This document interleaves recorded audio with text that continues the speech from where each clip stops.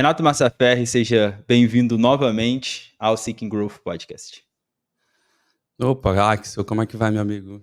Para mim é sempre um grande prazer estar aqui contigo. Eu que acompanho esse projeto desde o início e vendo ele crescer, parar, voltar, se reformular, ganhar uma nova roupagem e estar participando um pouco dessas fases, para mim também é bacana, eu fico satisfeito. Pô, é um prazer ter você aqui durante todo esse tempo, né? Alguma coisa eu tenho feito direito. Mas vamos lá. Ó, uma pergunta pra gente começar, uma pergunta bem simples, ainda mais agora que a gente tá mais nesse mundo de endurance. Se eu comprar um relógio de 10 mil reais, eu vou melhorar minha performance? Boa. Não, não é o relógio que treina, não é o relógio que Ai, tem cara. disciplina, não é Mas, o gente, relógio que hoje, segue a rotina. Hoje a gente vai falar bastante sobre isso, tá? Então, não só sobre o relógio, obviamente, tá? Mas a gente vai falar sobre variabilidade da frequência cardíaca, que em português é não, é VFC e em inglês é HRV, né? Então, Isso. as siglas acabam se misturando aí. A gente vai falar sobre gadgets de uma maneira geral e como utilizá-los da melhor maneira possível, né? Utilizá-los a seu favor. E o que você, às vezes até quanto que você realmente precisa gastar, porque eu acho que muita gente hoje fica nessa é aquela mesma coisa de sempre, né? Todo esporte que a pessoa começa, ela fica, nossa, mas eu não tenho o melhor tênis, mas eu não tenho o Alpha Fly, que custa 2,5 pau, eu não tenho o Garmin Fênix, que custa 14 mil reais. Então eu não vou correr. Não, não é assim. Às vezes isso aí nem muda nada, na verdade, né?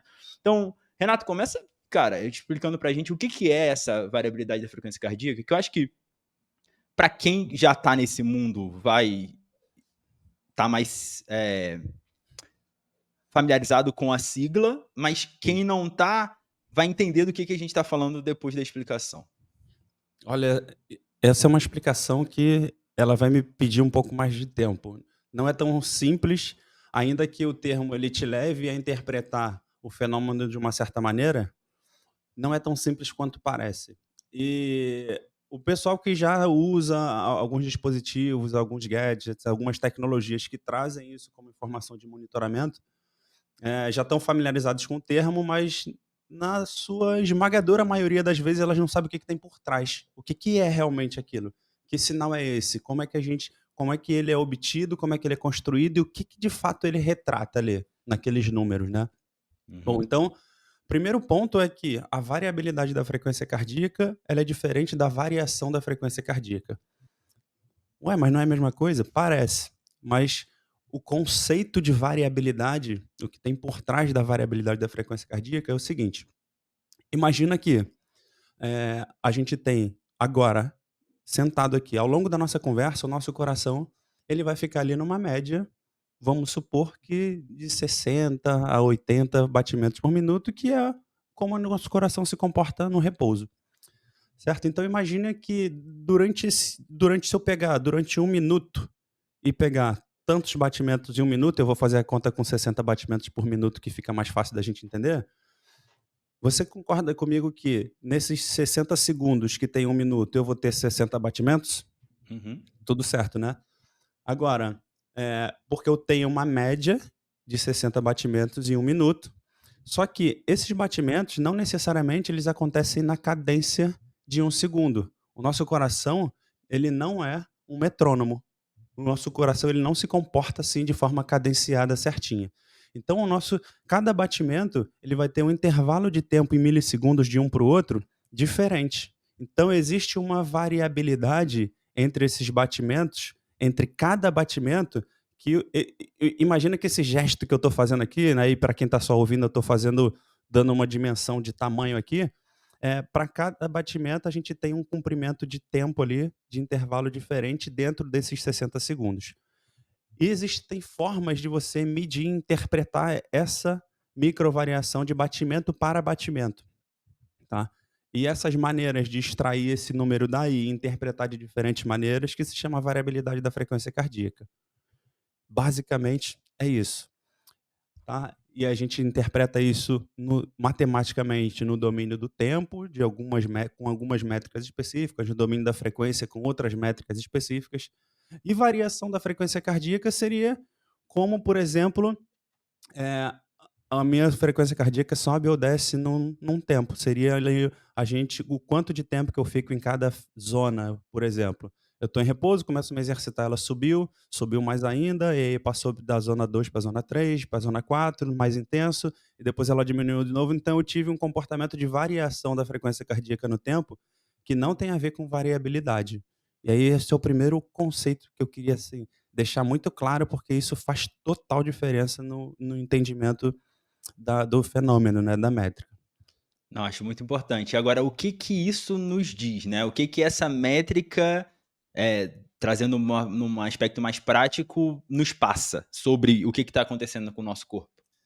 Cara, a variabilidade da frequência cardíaca, ela originalmente surge como uma alternativa para estudos na área da saúde cardiovascular.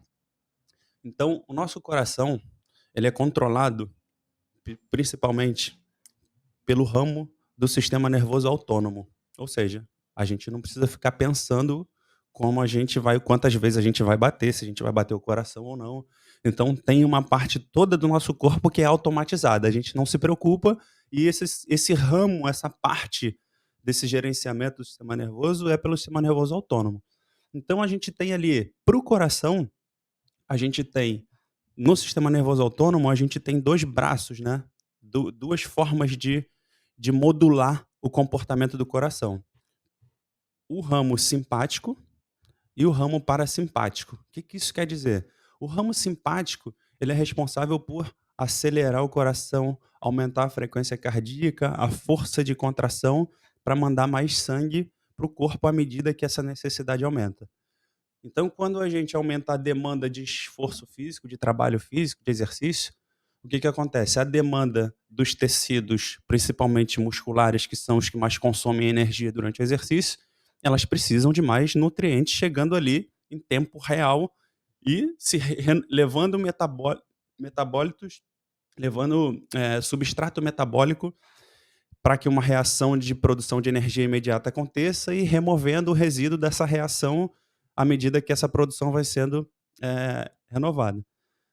Então, o que que esse sistema nervoso autônomo faz? Ele entende que o nosso corpo ele está entrando num estado de exercício físico, de demanda maior, tanto por sensores mecânicos de movimentação de segmentos, de contração e tensão muscular, quanto de sensores metabólicos que percebem a alteração no sangue de uma condição metabólica aumentada em relação ao repouso. Então, a gente tem vários sensores que, como se informasse lá para uma CPU, para um sistema central, fala: opa, as coisas estão mudando aqui, eu preciso de mais demanda. Pode mandar mais coisa para cá para gente, pode mandar mais energia. E para o coração, a forma de fazer isso é ele batendo mais vezes, batendo mais forte.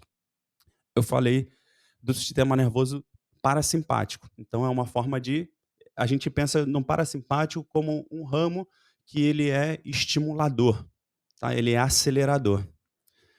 Isso eu estou falando de forma aguda, né, Axel? Eu estou Uhum. falando em uma sessão de exercício, em um momento de tô transitando do repouso para o exercício. O sistema nervoso parasimpático, ainda nesse mesmo contexto, ele é responsável por fazer o oposto. Ele é como se fosse o freio, ele é como se fosse o desacelerador, tá? Então, quando o sistema nervoso parasimpático ele atua mais, o nosso coração ele tende a diminuir mais de batimento. E quando a gente está em repouso, a gente tem um equilíbrio desses 2 ramos. Quando a gente está em repouso, a gente não está desacelerado total, tá? Então isso também é importante entender.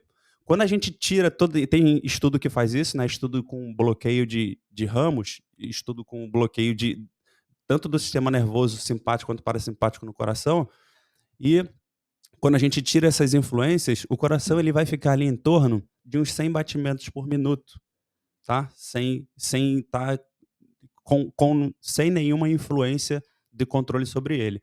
Por quê? Porque ele tem sim um marcapasso interno no coração, um marcapasso intrínseco, tá? Então a gente que é o nó do sino atrial, que ele é um sensorzinho no coração que fica ali controlando a forma com que esse coração está batendo. E o nosso coração, cada batimento é uma contração muscular que é controlada por estímulo elétrico. Então a gente tem uma despolarização e uma contração desse músculo cardíaco ali acontecendo numa cadência. E aí Curi quando e curioso é pode me que interromper. então, curioso pelo que você É, falou é que ele fica sem se a gente tirar os 2, né. Sendo que É, se a gente se a colocar gente em ação mesmo, com uma ênfase maior o parasimpático, a gente consegue descer disso. Muitas pessoas, acho que a grande maioria das pessoas consegue ficar bem abaixo disso, né. sim, então é aí que está o monitoramento da fadiga e prontidão para o treinamento, ela vai entrar nesse contexto. Por isso que eu estou trazendo um background antes, Aham, para a gente entender que, eh, quando eu estou em repouso, eu tenho sim uma influência maior do freio, do parasimpático, que ele faz ele diminuir abaixo dessa casa aí média dos 100, e aí a gente vê as pessoas tendo em média 60, 70 batimentos por minuto de repouso, até 80. Quem treina muito endurance tem menos ainda, ela fica lá na casa dos 40, 50, tá. sim. Então o que que acontece? Imagina que eu tenho esse exemplo é bem legal que eu já li num estudo, e foi bem didático isso, é legal que os alunos também compreendem bem quando a gente explica em aula. Imaginem um carro descendo uma ladeira, ele vai assumir uma velocidade. Um carro solto, sem acelerar e sem frear. Eu botei o carro na ladeira e soltei o freio, ele está descendo. É o nosso coração. Quando a gente começa a frear, essa velocidade diminui. É quando a gente está em repouso. O freio é o parasimpático, então ele está freando. Se eu só tiro o freio, eu não estou acelerando ainda. Se eu só tirei o freio, a velocidade aumenta um pouco, concorda? É o que acontece quando a gente, por exemplo, inicia o exercício. Para o controle do sistema nervoso autônomo no coração, quando a gente inicia o exercício, é como se o freio estivesse saindo. Eu estou tirando o freio, ele começa a acelerar, começa a acelerar. Quanto mais a intensidade aumenta, tem um momento em que agora ele não está aumentando mais a velocidade. Eu preciso de um acelerador para aumentar ainda mais, porque eu preciso de mais demanda. Então, preciso de uma frequência e de uma força de contração ainda maior. Aí entra o ramo simpático durante o exercício. Então, é como a subida da frequência cardíaca durante uma sessão, por exemplo, de carga progressiva, o que, que acontece com o coração. Tá bom, Renato, comecei a entender. Mas o que, que esse troço agora tem a ver com monitoramento?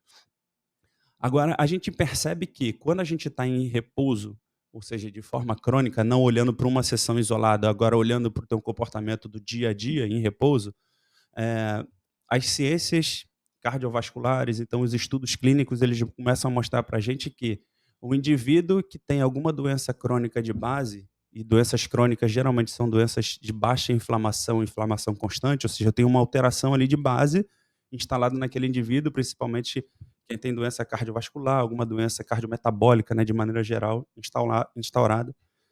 Esse indivíduo ele tem o, o ramo parasimpático, na verdade ele tem um desbalanço simpato-vagal, né, que é o simpático e o parasimpático mais a favor do simpático, desculpa. Uhum. Ele tem um desbalanço mais a favor do simpático, ou seja, o parasimpático ele está atuando menos, enquanto o simpático ele tende a atuar sempre mais rápido e de forma mais permanente, ele fica mais sensível. E quando indivíduos saudáveis estão em condições de fadiga, estão em condições, assim, teoricamente de sofrimento, precisa se restaurando ou com fadiga excessiva, esse quadro ele se repete. Então o indivíduo ele fica com a atividade parasimpática diminuída e a atividade simpática aumentada. Por quê? Porque tem outras áreas do nosso corpo que estão trabalhando mais para tentar suprir ali aquele nosso momento de sofrimento, de fadiga excessiva, para tentar trazer a gente de volta para o equilíbrio. Então, a gente percebe meio que o corpo trabalhando mais por esse ramo simpático aumentado.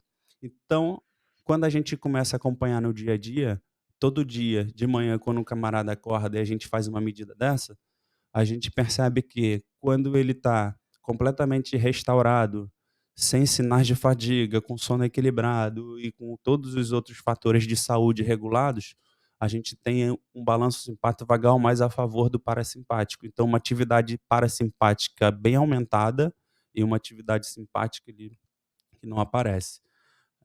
E é daí que a gente começa a tirar essas informações, esses dados de monitoramento voltados para a saúde e para o desempenho físico.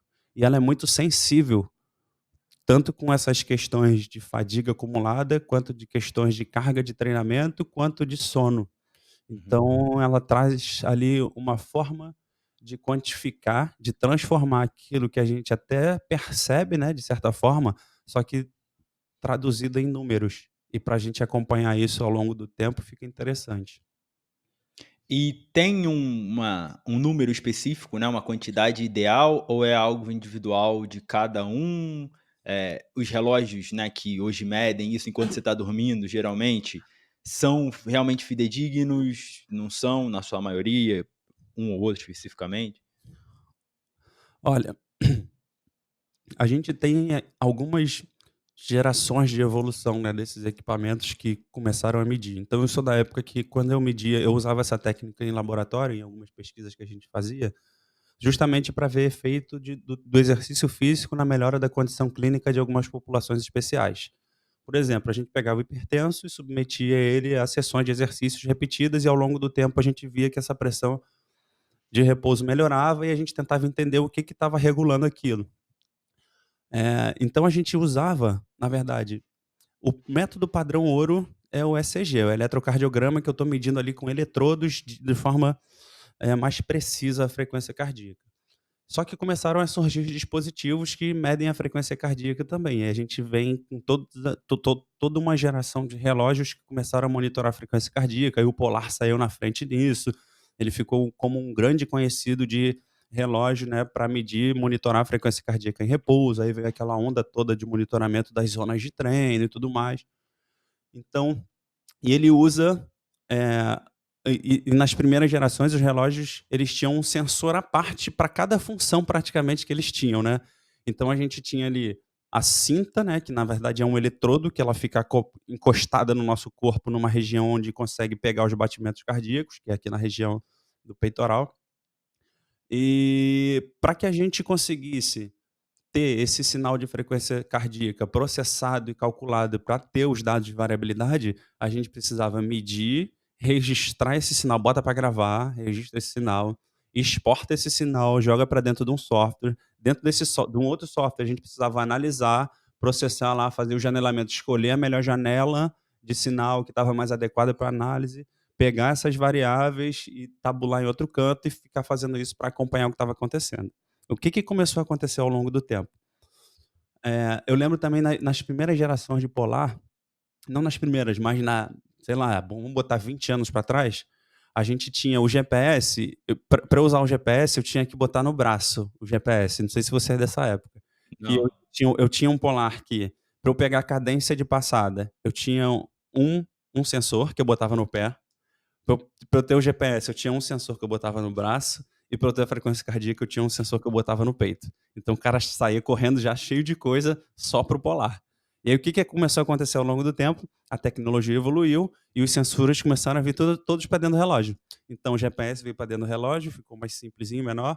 A fita, a na verdade tudo que diz respeito à parte de acelerometria, de movimentação, de cadência, de aceleração, também veio para dentro do relógio. Tem alguns hoje Garmins que usam a cinta, mas a cinta ela não é só para frequência cardíaca, ela tem uma acelerometria no sensor e ela pega alterações, oscilações biomecânicas, de cadência de passada, alteração de bilateral, ele entende o que é direito, o que é esquerda. Então ele traz informações além do que a frequência cardíaca, tá? Então, eh, a gente tem algumas vantagens adicionais de usar a cinta para alguns dispositivos, não só por causa da frequência cardíaca.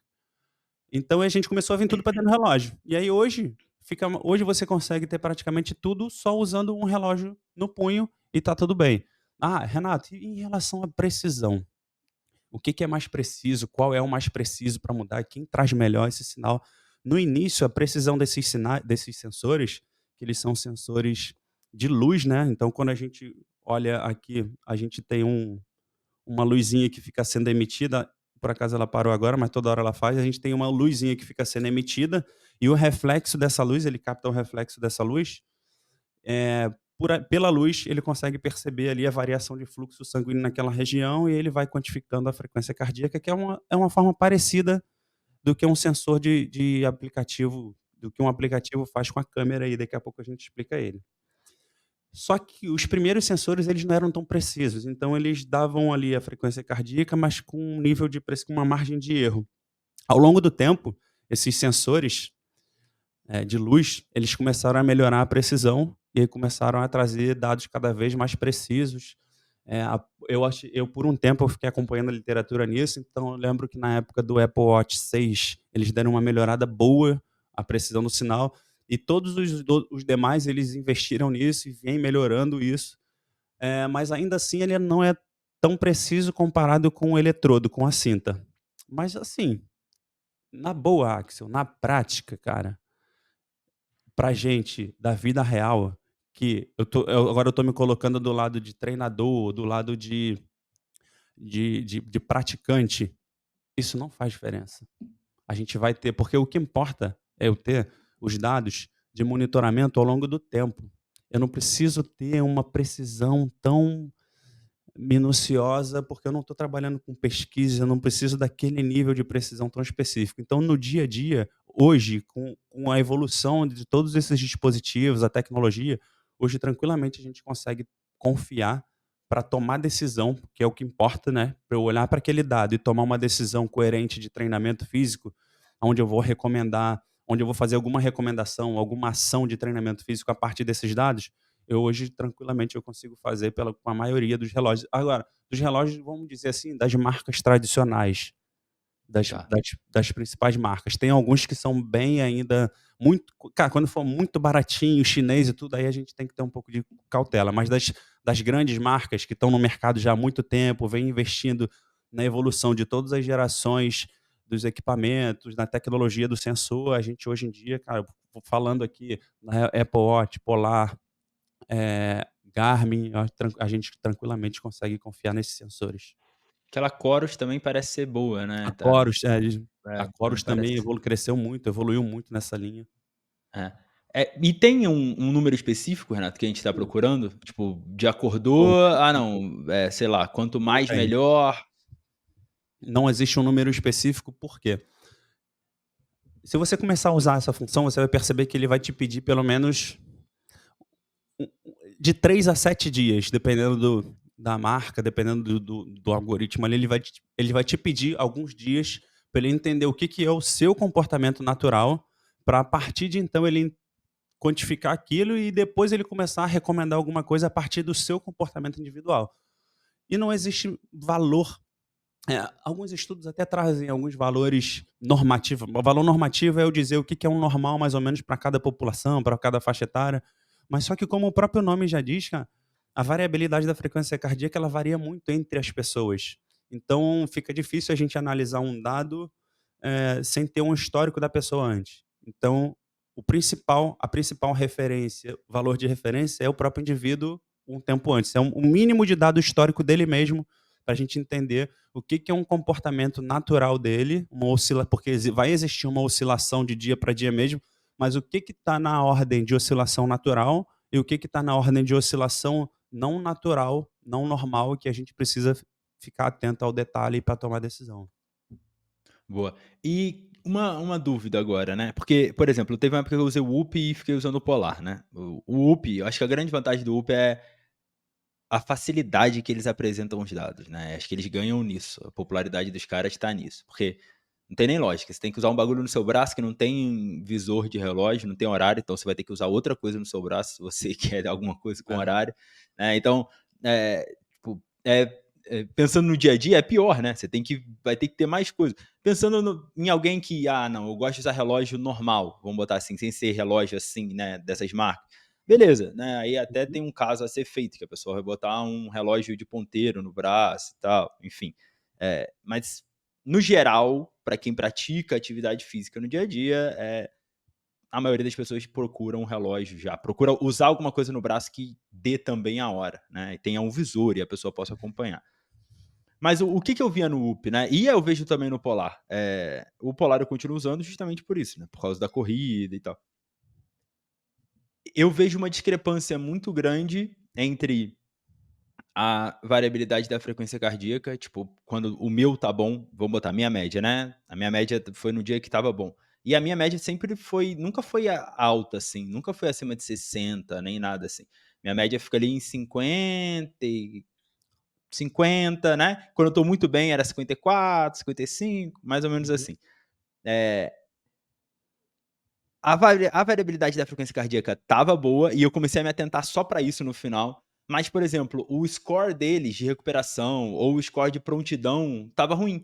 Tipo, o Polar, Nightly Recharge, né, que eles chamam lá, sei lá, que é o score do sono. Tava uma bosta. Eu ia ver a VFC, tipo, no dia não tava tão ruim. No UP acontecia muito isso, muito. Se eu dormia tarde, independente de dormir bem ou dormir a quantidade de horas, só de dormir tarde, já o score de sono caía, mesmo com a variabilidade da frequência cardíaca, tipo, na melhor da semana, por exemplo, É sacou? porque Então são acho coisas que diferentes. mas então, mas explica um pouco pra gente isso, porque, por exemplo, é que o do Polar é o Nightly Recharge, tudo bem, é relacionado ao sono, né. Agora, que eu saiba, o Garmin tem um negócio que chama bateria de como é que eles chamam? Eu nunca usei Garmin, então, tipo, Cara, bateria do corpo, sei lá, estado de é, prontidão, né, tem. você tá pronto pra Ele treinar. tem essa bateria, ele tem sim, ele faz uma analogia com bateria do corpo, e as últimas geração tiveram uma evolução interessante. Mas tá, vamos lá. Eu acho que é importante a gente entender primeiro, a variabilidade da frequência cardíaca, ela é uma informação que ela vai te dar uma qualidade de informação para que você tome um tipo de decisão. O sono é uma outra v informação. Então, eh A a forma com que eles analisam e interpretam o sono, não vem só da frequência cardíaca, Uhum. tá. Então é o sono mesmo, o sono, a sua qualidade do sono, o quanto tempo que você dormiu, qual foi a qualidade ali, a característica do teu sono, fase de sono, se você teve um momento acordado, quanto tempo de sono REM você teve, profundo e tudo mais. Então, o score de sono, eles vêm disso, da análise do sono propriamente dito. Por isso que você encontrou que não teve tão casado a tua variabilidade com o sono. E ok, às vezes vai acontecer isso, às vezes você vai ter um sono mais curto e além da duração, da qualidade do sono dentro dessas horas, uma outra métrica que é importante também para a qualidade do sono é a regularidade. E aí quando você foge desse padrão, porque o nosso corpo ele gosta de funcionar com uma rotina pré-determinada, igual um relógio, ou seja, todo dia você dormir no mesmo horário, acordar no mesmo horário, ter aquela rotina de saúde toda. Então, e quanto mais você faz isso para o sono, melhor. A qualidade do teu sono melhora. Por exemplo, eu tenho 8 horas, eu não, nunca vou ter 8 horas de sono todo dia, tá? Eu só tô dando um exemplo aleatório. Você tem 8 horas de sono diária. E aí, só que imagina, todo dia você dorme 10 horas da noite e acorda 6. Todo dia você dorme 10 horas da noite e acorda 6. Tem um outro camarada que ele também tem 8 horas de sono, só que um dia ele dorme meia-noite, outro dia ele dorme 9 horas, outro dia ele dorme 10, outro dia ele dorme 1 hora da manhã e acorda às 9. Isso por si só já altera, é uma métrica que influencia na qualidade do sono. Então por isso que talvez você tenha percebido que um dia que você quebrou o padrão, a qualidade do teu sono caiu, porque isso também está associado. Tá? Tanto pela própria regularidade, quanto pela própria qualidade do teu sono. O teu corpo ele cria uma rotina interna, o teu ciclo circadiano de quando dá aquela hora ali, opa, tá na hora de dormir. E já percebeu que o sono quase sempre vem no mesmo horário? O sono já vem, o corpo se prepara. E se às vezes você perde aquela janela de dormir, você tem dificuldade de pegar no sono, e aí você tem que ficar ali lutando para conseguir dormir. Então, é basicamente isso. Tá? Mas aí a informação do sono é uma coisa, a informação da variabilidade da frequência cardíaca é outra, e a gente usa elas e com mais outras até para tomar decisão. A diferença desses equipamentos, tá? Você falou do Whoop, tem agora uma onda também dos smart rings, né, que são os É, anéis inteligentes. ele Então, ora, né, cara, muito essa grande. linha, tem o Oura, tem o Ultra Human, então essa linha de você usar um dispositivo ali que você nem a ideia é você nem perceber que ele está contigo, um anel ou uma pulseira dessa como o Whoop, que não tem nada ali, não tem uma caixa com hora, tudo, não tem peso, a ideia é ficar uma fita no teu braço ou um anel no teu dedo e você viver a vida normal com monitoramento 24 horas por dia, 7 dias por semana. Essa forma de monitorar, ela está muito mais associada à saúde, qualidade da recuperação e do sono. E aí eles trazem dados um pouco mais detalhados, com mais qualidade. Geralmente esses dispositivos eles têm uma análise que tem um nível de qualidade melhor de análise do sono. Ela é mais precisa do que os relógios de esporte, por exemplo. O monitoramento também, análise da frequência e da variabilidade da frequência cardíaca, temperatura corporal. Então eles trazem informações mais profundas e detalhadas com nível de qualidade melhor para monitoramento da saúde e recuperação. E dentro do pacote de recuperação está o sono. Quando a gente vai para os relógios que são desenhados para monitorar esporte, atividade, exercício físico, né? A gente tem uma precisão e uma qualidade maior, tanto da interface do usuário, do aplicativo, das métricas, voltadas para o monitoramento ativo. Grava isso. O anel, pulseira é mais para monitoramento passivo, enquanto os relógios de exercício é mais para monitoramento ativo. Então a gente tem ali uma qualidade muito maior de informação relacionada ao exercício, ao GPS, a precisão de distância, de velocidade, das zonas de treinamento e tudo mais. Só que eles estão cada vez mais embutindo funções e formas de medir o monitoramento passivo. E eles têm evoluído ao longo do tempo, mas ainda assim, me parece, pelo pouco que eu tenho comparado, que os anéis, alguns anéis, e sempre que eu falar aqui dos dispositivos, a gente está assim, se referindo às marcas que estão à frente no mercado, né? As 2, 3 que são as principais que estão à frente. Tudo que a gente for comparar com uma coisa que for muito barata, de uma marca desconhecida e tudo mais, aí a gente tem que ter sempre muita cautela para analisar. Mas aqui a gente está partindo do princípio das marcas de ponta no mercado que fazem esse tipo de propósito, só que depois começam a surgir várias cópias que vêm tentando imitar o que as principais fazem, mas aí a gente tem que ter cautela. Então é basicamente essa diferença dos relógios e dos anéis para as pulseiras, para o Whoop. É que, porra, eu posso estar sendo muito cético, e aí você pode falar: "Ah, que você está exagerando, para de maluquice, você tá passando do Por quê? ponto". Mas, tipo, por exemplo, no Whoop, né, o recovery score lá, que eles dão, né, que é praticamente, ó, vai treinar, hoje você vai bater PR, hoje você vai regaça, hoje é assim, regaça hoje, 97% recuperado. E às vezes a variabilidade da frequência cardíaca tá lá embaixo, você tá se sentindo uma merda, e o bagulho tá lá 97%, tá ligado. Errou. Às vezes você acordou mal, fudido, e o bagulho tá lá em cima. Ou às vezes você acordou bem pra caralho e o bagulho tá lá embaixo, sabe. Cara, Então foi bom você falar isso. Porque é o seguinte, a gente nunca deve centralizar a nossa tomada de decisão para o treinamento em uma única métrica, em um único score, em um único dispositivo, em um único valor que alguma coisa mede e devolve para a gente uma informação, principalmente de forma automatizada. Então, provavelmente ele já tem uma inteligência artificial e um sistema de recomendação baseado no comportamento de valores, de histórico de valores. E aí, quando você apresenta um determinado comportamento, uma determinada faixa, ele recomenda que você vá desempenhar bem ou vá desempenhar mal ou precisa de recuperação. Eh, Essa é a primeira mensagem que eu queria deixar. Cara, eu nunca usei, assim, para ter, eu já pesquisei, já li, já olhei, já vi a interface, mas, cara, é muito diferente você olhar e pesquisar do que você usar no dia a dia e ver, de fato, como que ele apresenta essas informações à medida que você flutua, né, de muito cansado para muito bem, de desempenho físico, como a tua rotina tá. Então você colocar o dispositivo dentro do teu contexto e ver se de fato aquilo ali tá batendo, é outro cenário. Então, eu gosto muito de falar, e aí por isso eu costumo falar lá para os alunos lá da escola, lá da plataforma, que a gente precisa ter autonomia para aprender a analisar os dados e tomar decisão e não ficar refém de tomar decisão baseada em sistemas de recomendação automática. Claro que ajuda muito, mas a gente precisa entender principalmente fatores contextuais. Porque o contexto é que vai mandar. Então, é o contexto que vai definir o que que você vai fazer naquele dia ou naquela semana, tá.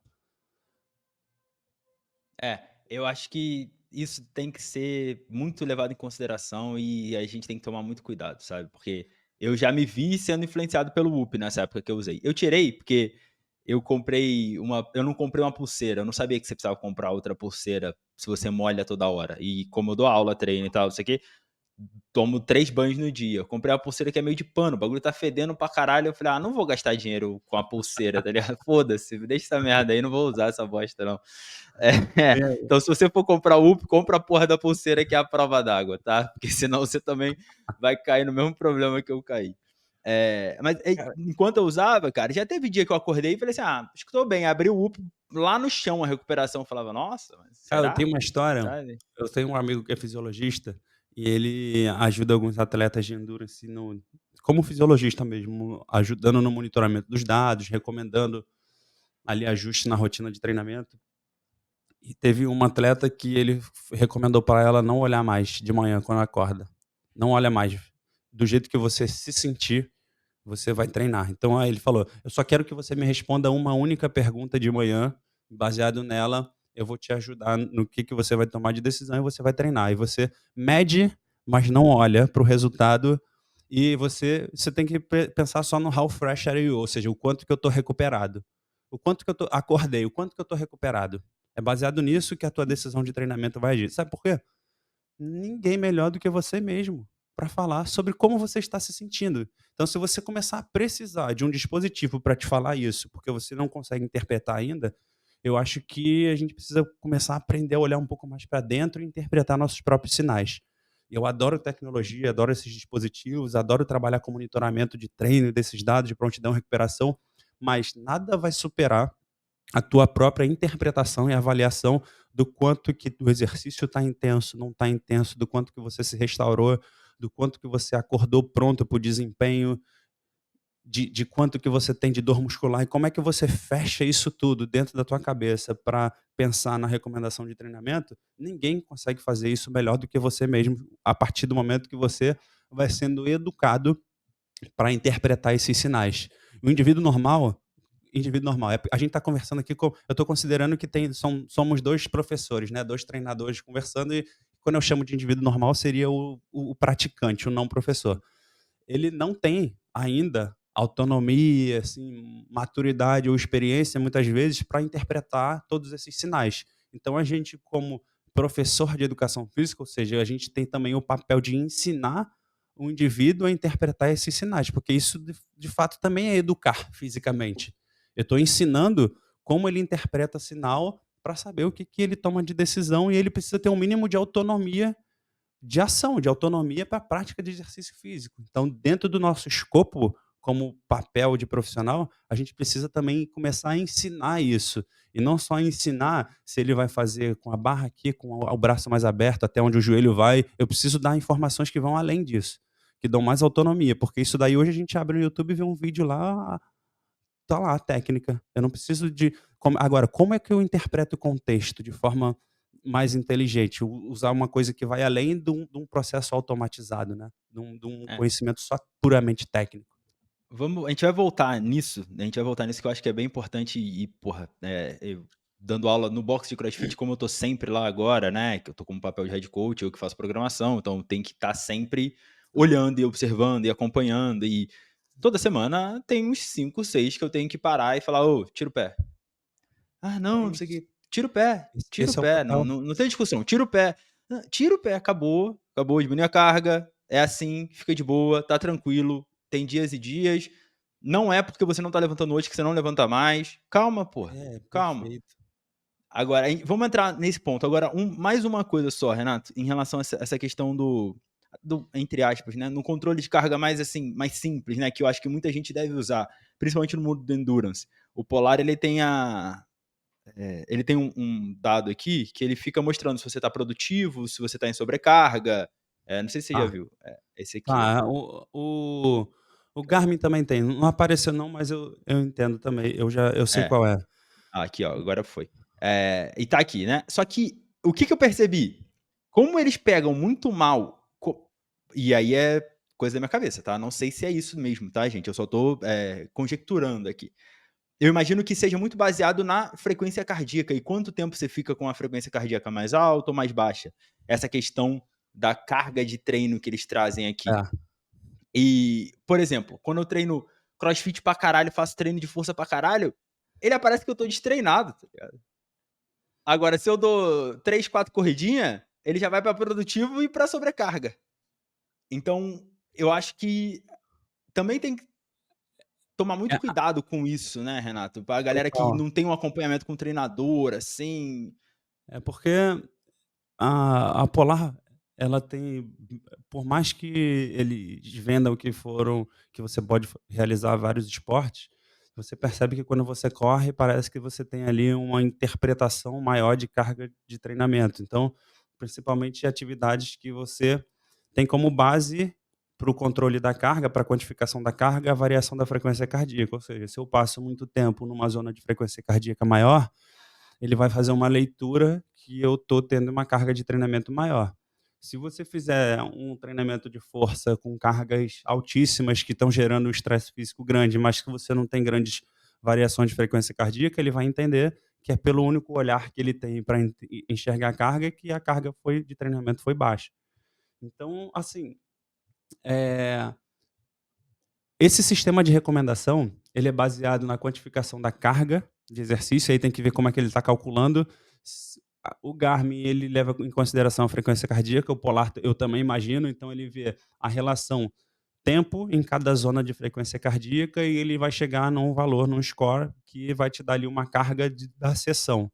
E como você vai acumulando isso, baseado em como estão os seus scores de recuperação, tá, da variabilidade da frequência cardíaca noturna ou de repouso na manhã, ele vai entendendo se eu tô progredindo na carga de treinamento nessa semana, a carga em relação às semanas anteriores. Então isso, a maioria já dos dispositivos, eles já estão começando a fazer essa interpretação ao longo do tempo, de séries temporais, do quanto que eu tô de carga atual baseado no meu histórico recente das últimas 3 semanas. Que, em outras palavras, é a relação agudo-crônico da carga de treinamento. Então, eu pego a média das últimas 4 semanas, na verdade, eu pego o meu valor da semana atual e divido pela média das últimas 4. E aí, se tiver 1, é porque tá igual, entendeu? Então, se eu divido 2 números iguais, ele dá 1. Então, tá igual. E aí, se esse número ele ficar acima de 1, é porque eu estou progredindo na semana atual. Se ele fica abaixo de 1, é porque a minha carga recente foi mais alta que a minha carga atual. Baseado nisso, em como você responde de manhã ou à noite, aquele score de recuperação, ele entende, por exemplo, se você está produtivo, se você não está produtivo, se você está destreinando, se você está em excesso de treinamento. Então, baseado nessas relações, ele estipula essa recomendação. Mas afirmo, sempre vai ser, nada vai superar, pelo menos até agora, com tudo que a gente tem de tecnologia, nada vai superar um olhar de um bom treinador, do bom técnico, que tenha consciência do que ele está fazendo, do que ele espera que aconteça em cada fase de treinamento, de como ele projetou a progressão de treino, né, da tarefa que você tem que realizar de treinamento, e como ele vem monitorando a forma com que você responde a esse treino, que é fundamental. É fundamental. Tá? Então, ainda que os relógios tragam essas informações, facilitem muito a nossa vida, mas tem que tomar cuidado para você não começar a virar refém dele e ele te atrapalhar mais do que ajudar. E aí, Exato. definir isso, onde é o limite que o relógio que determina, ou você que determina pela tua interpretação, ou então pela tua ajuda de alguém que está te orientando, é o que faz diferença. Deixa Agora eu uma pode falar, pode falar. só para a gente não esquecer, eu acho que é importante também a gente falar das formas de medir a variabilidade, porque não existe só a Tá. pulseira e o anel e não Uhum. existe também só o relógio. E aí depois eu dou uma sugestão aqui baseada na minha experiência de relação a custo-benefício, precisão, praticidade. Eu acho que isso é importante para a prática do pessoal que tem interesse de usar. Sim, pode falar, pode falar. Ah, já? Agora? Pode falar, Eu pode pensei falar. que você entra. Tá. Bom, já que a gente falou bastante de variabilidade da frequência cardíaca e do valor dessa informação, só para a gente ter uma ideia de como vale a pena usar, por mais que a gente tenha ressaltado aqui o lado da cautela ao interpretar esses dados, a gente tem, eh, recentemente, diversos estudos na área das ciências dos esportes que estão trazendo essas informações, estão ratificando, né, ou seja, estão confirmando a importância, a relevância e a sensibilidade dessa variável para mostrar que quando o indivíduo está em excesso de treinamento, ele está fadigado, ele está sendo muito sobrecarregado, ela responde de forma proporcional, ou seja, ao passo que a carga aumenta, eu gero fadiga acumulada, a variabilidade da frequência cardíaca diminui, o parasimpático diminui, e uma variável específica, que aí quem tem mais interesse de entrar um pouco mais no técnico, né, a galera que gosta mais disso, que é o RMSSD, que é a raiz quadrada das diferenças sucessivas de um intervalo para o outro. E aí é uma forma, na verdade, para eu ter esse dado, eu vou subtraindo o tempo de um batimento para o outro do anterior. Então imagina que eu vou calculando, na verdade, essas diferenças de batimento para batimento. Então, quanto maior essas diferenças, mais ele está variando. Concorda comigo? Mas eu tenho variação, eu tenho diferença de um para o outro, ele está variando mais. Se eu tenho essa variação, essa informação pequena, a variabilidade está menor. Então isso é uma forma hoje válida, é prática de fazer. Os estudos mostraram que é possível fazer num tempo menor. A gente precisava antes de em torno de 5 minutos, quando essa linha de pesquisa e de alternativa surgiu. Só que ao longo do tempo a gente começou a perceber que em 1 minuto a gente consegue ter a mesma informação com o mesmo nível de precisão. Então, na área do esporte, isso faz total diferença, né? Principalmente quando você está numa rotina ali de início de treinamento, juntou a equipe toda, tá dando um briefing e tudo mais, você ter 1 minutinho é diferente de botar todo mundo 5 minutos quieto, parado. É impossível quase. Você ter um Sim. minutinho faz diferença. É, e me perdi. Sobre as maneiras, né? Eu acho que você estava falando sobre as maneiras de medir.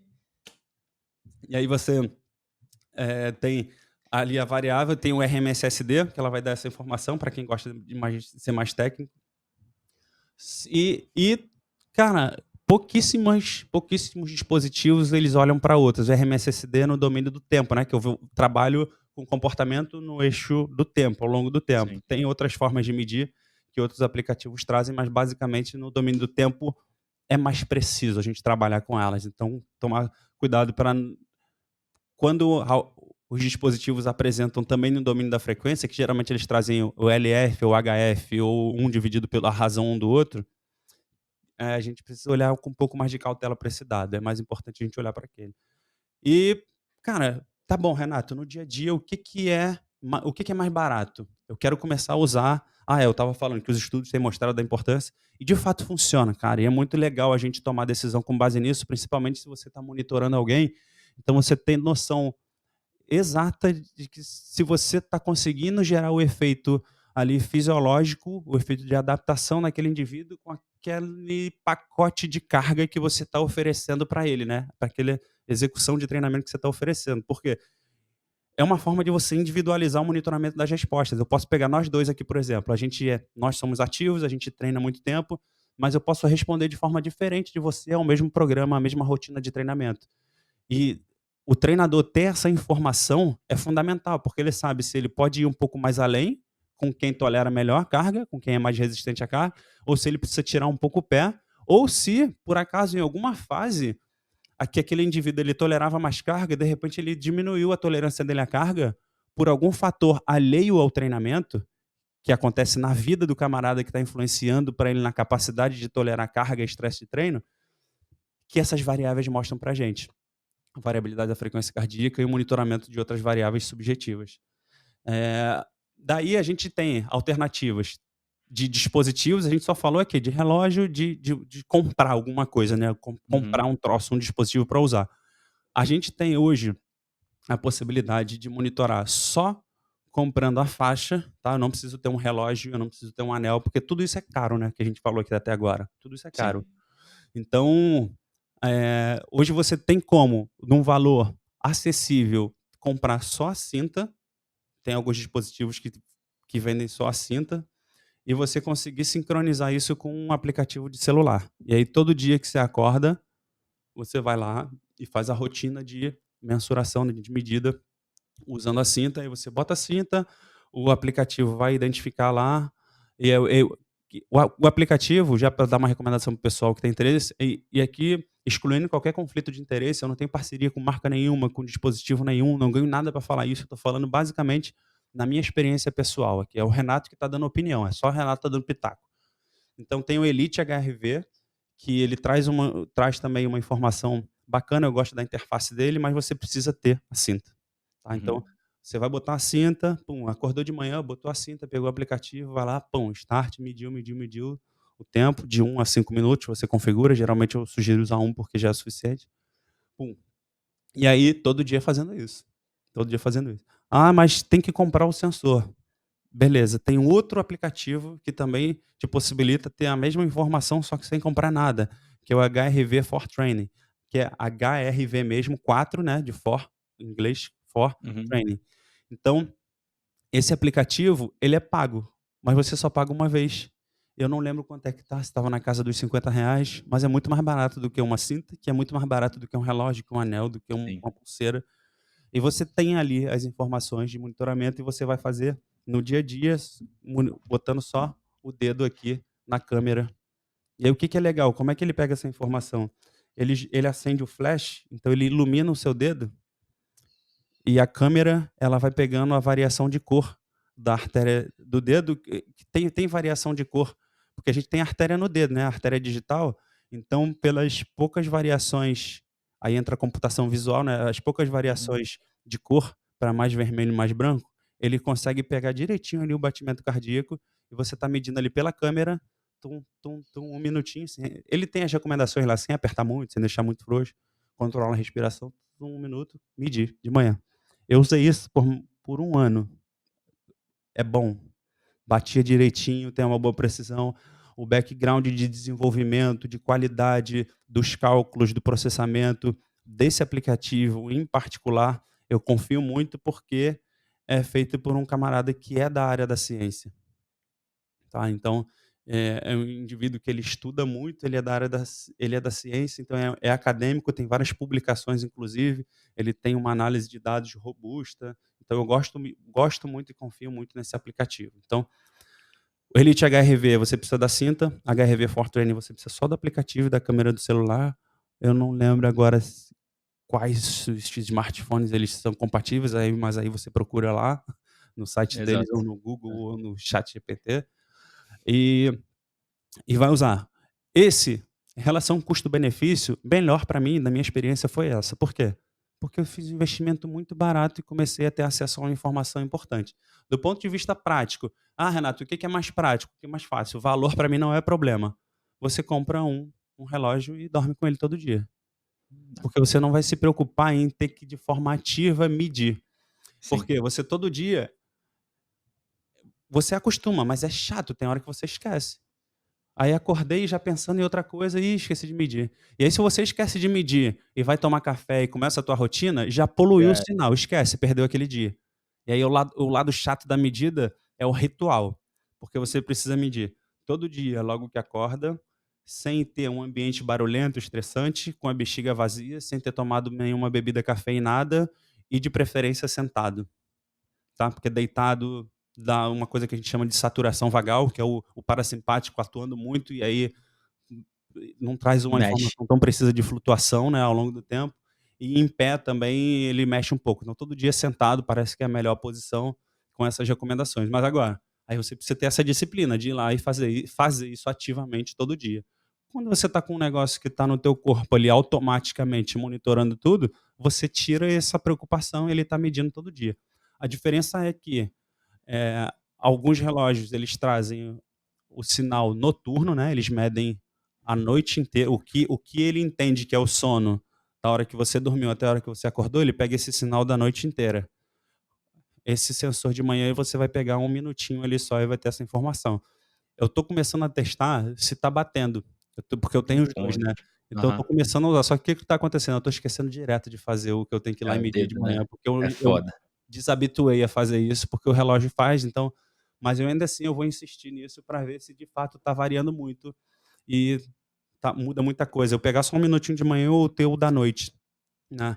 Agora, de maneira geral, os 2 me ajudaram muito e batiam muito com o meu estado de treinamento, de fadiga, com a minha tomada de decisão. Eu usei por 1 ano aproximadamente, já estou usando esse quase por mais de 1 ano, usei em 2 fases agora por mais de 1 ano e, cara, bate muito, me ajuda muito, mas é aquilo, a minha tomada de decisão ela não se limita só a isso. Tem dia que ali não está muito bom, mas eu estou me sentindo bem, eu sei que eu estou bem, e eu vou fazer o que estava previsto ou até mais, tá. Boa. Então eu tenho os dados como suporte à minha tomada de decisão, mas eles não são absolutos, né. Eu que É, defino. agora entrando justamente nesse ponto, acho, pra gente finalizar, Renato.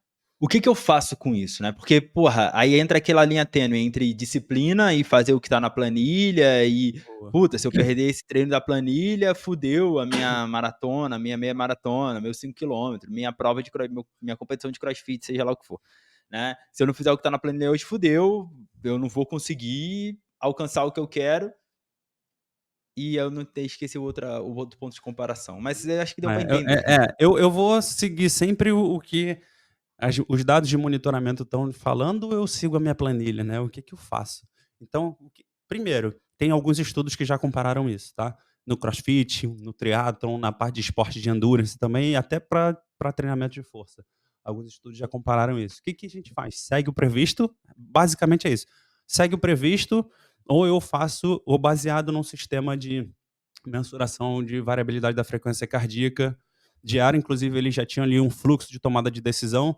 Por exemplo, a variabilidade baixou, eu faço o treino leve, ela baixou de novo, a variabilidade continua baixa, eu descanso, eu faço off e depois quando ela voltar, ou independente se ela voltar ou não, eu vou ter que treinar de novo e aí eu volto treinando no intermediário, ou seja, tem ali uma recomendação personalizada a partir da flutuação da variabilidade da frequência cardíaca. Então, de maneira geral, resumindo assim o escopo do que esses estudos trazem ou o resultado é igual ou é a favor do monitoramento individualizado. Então, não necessariamente significa que você treinar mais, você vai melhorar mais, tá? E aí eu acho que essa é a primeira mensagem, porque a gente consegue ter bons resultados, não necessariamente, às vezes, treinando tanto quanto a gente imagina que precise.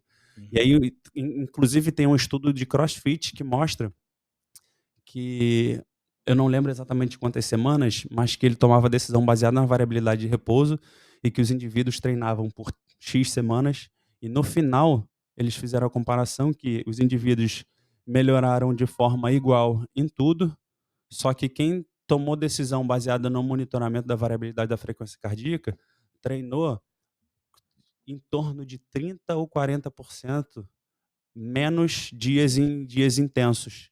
Então, ou seja, eu paguei um preço muito menor para ter o mesmo resultado. Então, essa é a ideia. Essa é a ideia do monitoramento. É a gente conseguir, de fato, entregar uma dose de treino, de exercício de estresse físico adequada para a condição do indivíduo. Porque se o indivíduo está fadigado, não adianta eu querer ir além naquele dia que ele não está pronto para responder bem para o treino. Então, eu posso agravar a condição, eu posso piorar a condição de fadiga, acumular mais fadiga ainda e comprometer, às vezes, a semana de treino, ou então até começar a aproximar de um risco de lesão. Então, de maneira geral, sempre quando a gente olha para as recomendações de treinamento baseado no monitoramento, o monitoramento ele sempre traz eh, ou o mesmo ganho ou ganhos superiores. Então, o que, que eu faria? Monitorava.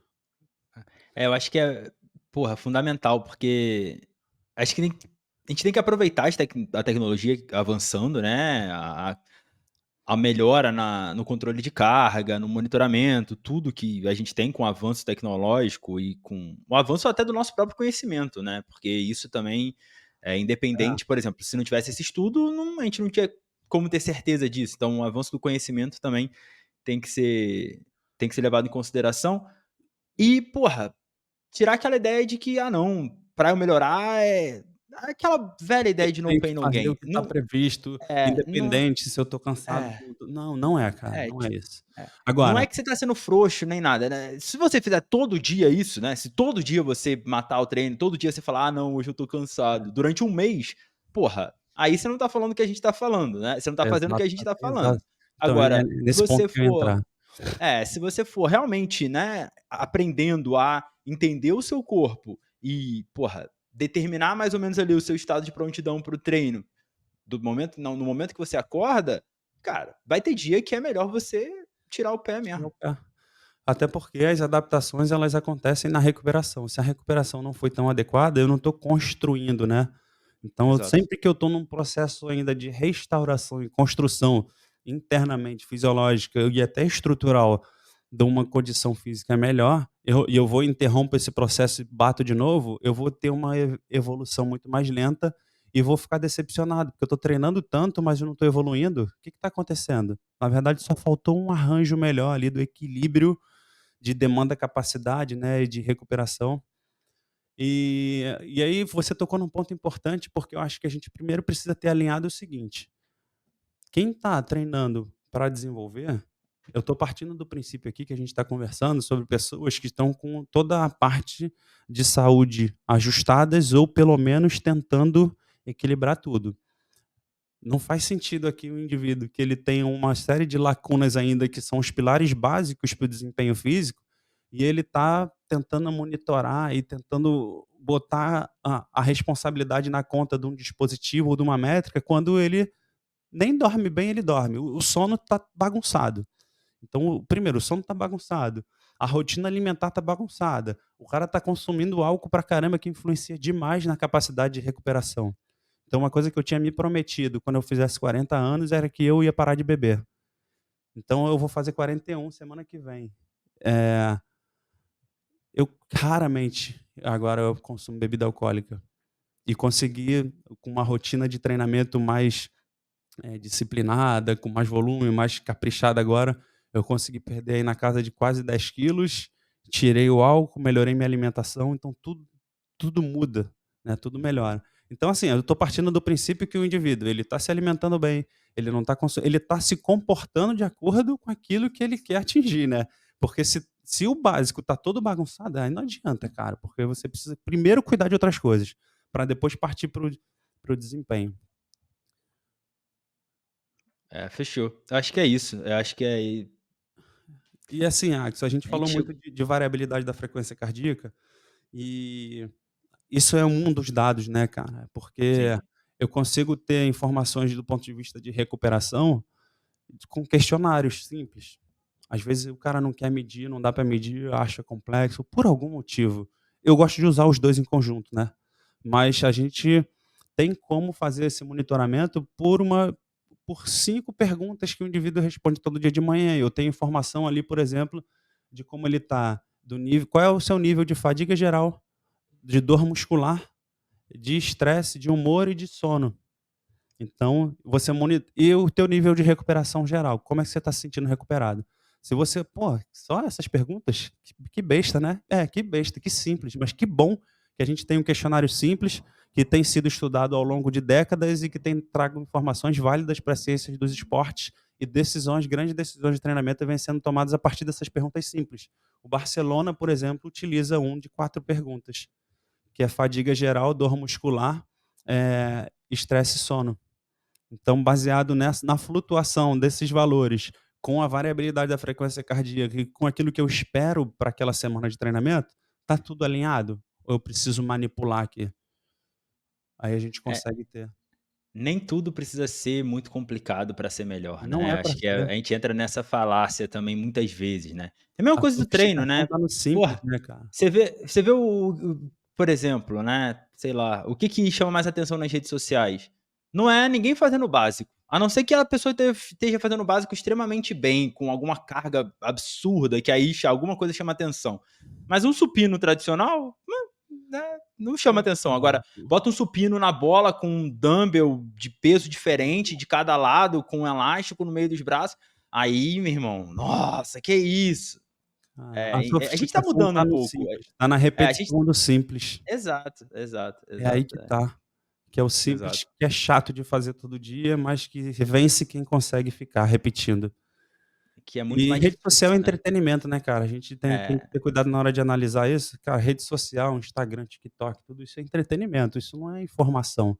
Não é o lugar para você se informar, para você estudar. Tá ali só para chamar atenção, entreter e divertir. Se você quer estudar, aí você tem que procurar outros ambientes. exato. Irmão, onde é que a galera pode te acompanhar mais agora que você voltou à ativa 100% aí? Porra, para profissionais eu recomendo muito, né, a escola agora é uma escola, né? É uma escola de controle de carga. O nome a gente mudou recentemente o nome, a gente chamava de escola de monitoramento, agora, Agora é a gente está chamando de Load Academy, né, que tá. é basicamente a Sim, mesma coisa, só mudou um pouco a roupagem e tudo, sim. e aí dizem que falar inglês fica mais bonito, né, então a gente chama de academia da carga ali, Load Academy. E dentro da Academy lá, a gente tem um curso que é o principal, que é o método FTL, que é o Fit Track Load, né, que é, traduzindo ao pé da letra aqui, o monitorar cargas condicionantes. Como é que Uhum. eu monitoro essa carga de trabalho para o indivíduo ter bons resultados? Então a gente discute tudo isso lá dentro desse curso disposto, em módulos de forma bem didática e progressiva, tratando de todos os domínios, e tem muito mais coisa além daquilo que a gente conversou aqui, né. Então se o cara tem interesse em aprofundar, eu acho que lá ele vai conseguir encontrar esse caminho. E além de tudo isso, eu disponibilizo já uma ferramenta que é uma planilha, onde ele pode olhar esses dados de forma gráfica e acompanhar ao longo do tempo. Mas o foco do curso não é a planilha, o foco do curso é te dar o conhecimento para você analisar os dados e tomar decisões de forma assertiva e inteligente. Ou seja, eu consegui resultados mais rápidos que os treinamentos tradicionais que não monitoram e de forma mais segura. Então aí que está o Recomendo grande lance. bastante para todo. Independente É, independente da ferramenta que você usa. Se você usa um aplicativo X, Y, Z, que você acha mais interessante do que a planilha que o Renato está te dando ali no pacote, cara, é isso. Você ter o conhecimento para se libertar e usar a ferramenta que você tiver à disposição, que se encaixa mais no teu orçamento, na tua realidade, e tocar o barco para frente. É, recomendo muito para profissionais e para praticantes mais avançados também que gostam, né, porque tem muita gente que, exatamente.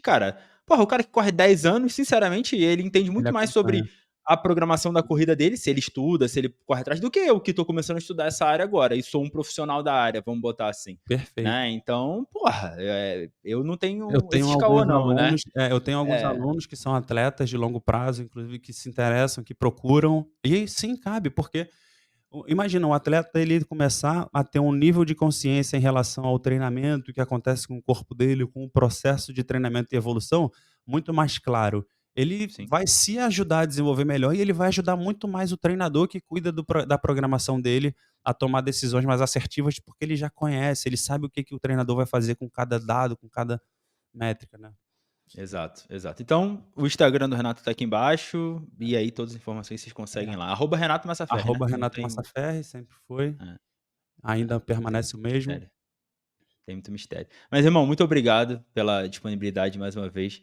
Acabou que a gente nem conseguiu bater papo nesse episódio, mas a gente deixa para uma outra hora, a gente A troca uma gente pode ideia, falar porque sobre outras questões. acompanha o Renato aí, que ele tá treinando forte, o menino, tá treinando forte. E dá pra acompanhar aquele visual do Rio de Janeiro. Eu gosto que eu mato saudade de casa, cara. Eu gosto que eu mato saudade de casa, Cara, entendeu? no Rio eu falo que cada treino é um passeio turístico, né, então Porra, eu saio para na pedalar moral. pela orla e subo as montanhas e vou pra Vista Chinesa, vou no Cristo, vou no Sumaré, então a gente vou para o outro lado da zona oeste, então a gente tem praia, montanha, então cada treino é um passeio. Inveja branca, mano. E eu Maravilhoso. correndo aqui no meio dos carros. Puta que pariu, mas tá bom, faz parte. Faz parte. Irmão, um abraço. Até a próxima. Valeu, Axel, um abraço. Tá curtindo ouvir o Seeking? Então não se esqueça de se inscrever no canal e deixar o seu like. Agora, se você gostou desse episódio, eu te garanto que você também vai gostar desse aqui. Clica. Já clicou? Bora!